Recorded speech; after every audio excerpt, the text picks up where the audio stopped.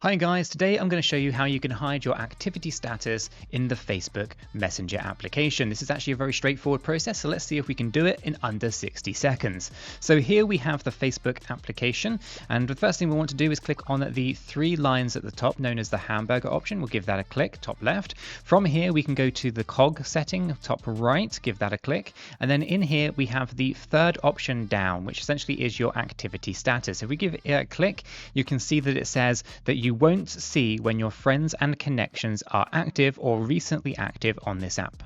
To make sure that they can't see this info about you, turn this setting off whenever you're using Messenger or Facebook, and your activity status will no longer be shown. Now, I have this off. I think this is the best way to have it. Basically, that means that no one will be able to see when I am active on Facebook. And of course, that also means that I cannot see when other people are active on Facebook. So have this one switched off and it will solve all of those problems. If you have found this video useful and informative, smash that like button, guys. Really do appreciate that. Helps me, helps you. And of course, if you want to know more about the different types of content that we do here on the channel, make sure to subscribe. Why don't you check out that video right there as well? It might be of interest just for you.